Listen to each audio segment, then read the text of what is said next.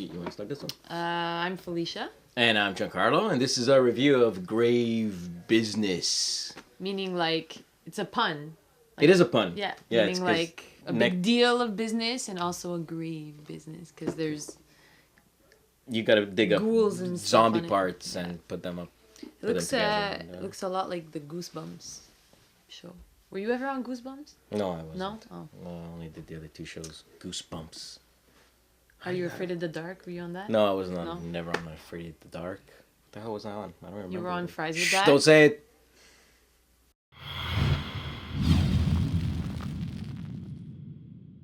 In Grave Business, players play as a necromancer, raising the dead to loot the graveyard.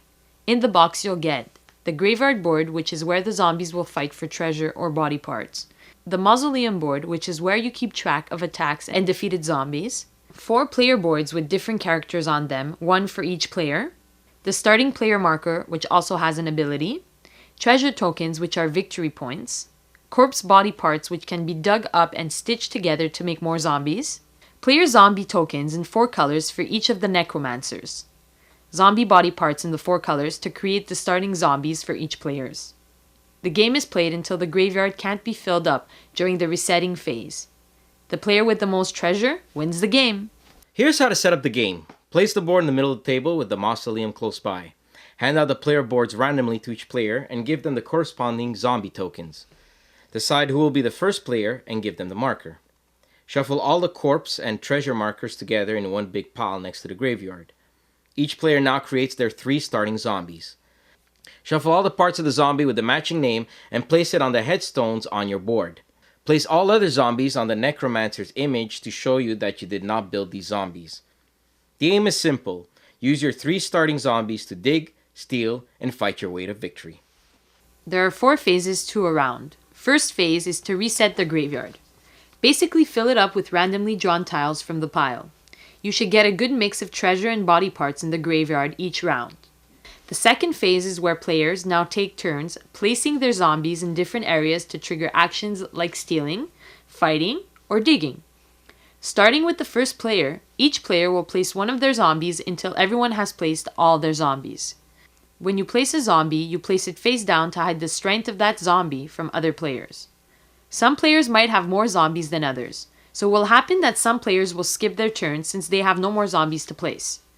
Let me explain each spot you can place a zombie in. If you place a zombie in the dig row area, he will dig that whole row. If you place a zombie directly onto a dig site, he will get bonus there when checking who wins that spot. If you place a zombie on a steal spot of another player's character board, you are trying to steal his treasure from that vault or a body part from his lab. And finally, you can place a zombie on the actual start player token. This will allow you to move the start marker to any other player and also check the strength of any other of the zombies already placed. And the last action you can do is attack another zombie. Maybe one who is trying to steal from you or is busting your chops in a dig row you are trying to win. When you place a zombie in the attack spot, declare which zombie you are attacking. I'll explain the fighting later. The final step in the round is to resolve the actions taken. First, the stealing happens. If there's a zombie in your lab or vault, that zombie will take an item from there at random. All steals happen simultaneously. You can't steal back items just stolen from you in the same round. After the steals have been resolved, the digging begins. Flip over all the zombies to their strength side, and for each space, check which zombies have the most brains. That player gets to take the treasure or body part there and puts it in his vault or lab. If there's a tie, the player with the most total bones will win. If a tie again, then it's sent back to the pile. If you played a zombie on a spot, you add the zombie's brainpower +1 to that spot. You do this when you really want that token. If there is a zombie on the first player marker, that player now takes that marker and gives it to any player he wishes. The fourth and final phase is to manage your zombies.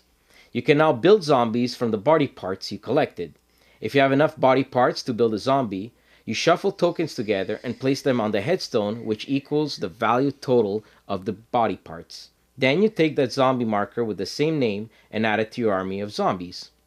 You can also equip your zombies with items you might have dug up or stolen from another player.